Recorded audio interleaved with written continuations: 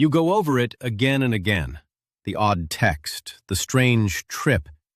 You feel like you are torturing yourself. But this is not just emotional pain.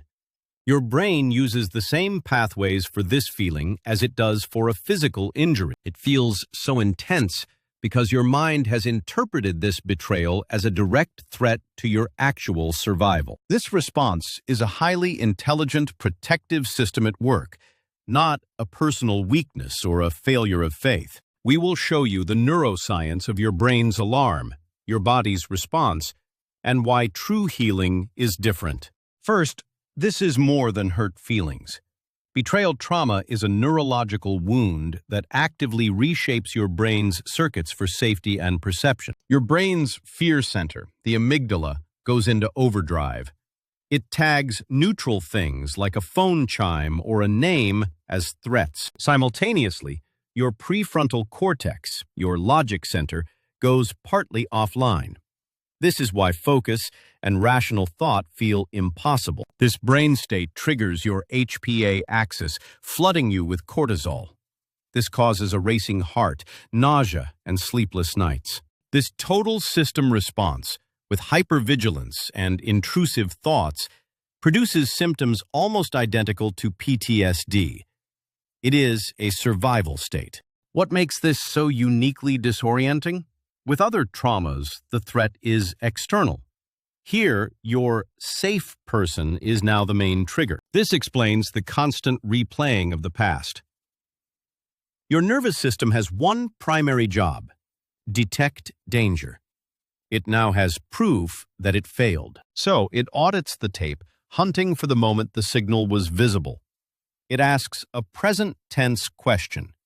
Can I trust what I perceive right now? This audit is complicated because betrayal harms memory.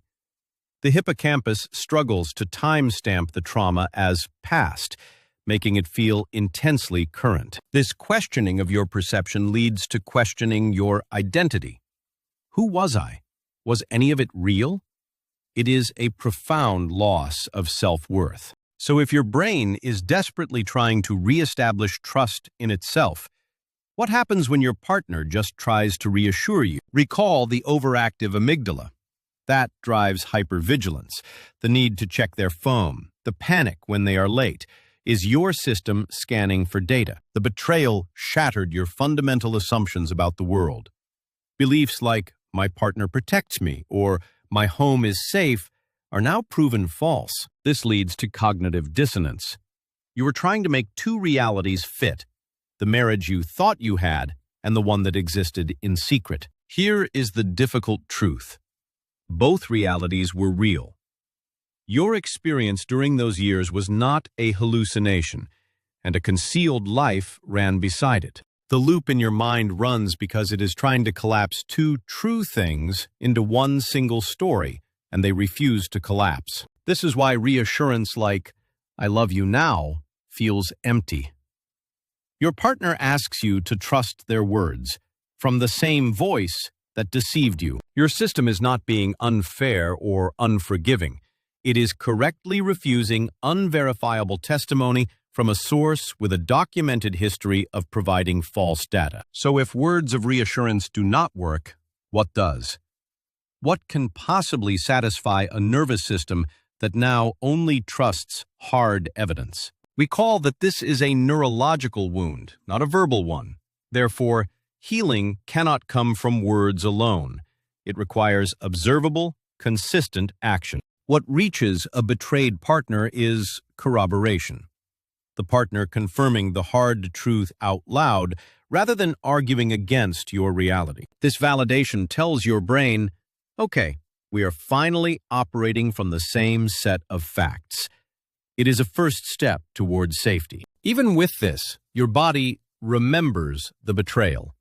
Trauma is stored somatically, which is why panic can jolt you long after your mind understands. The replaying of memories is your logic center making sense of two realities while your body's alarm screams danger.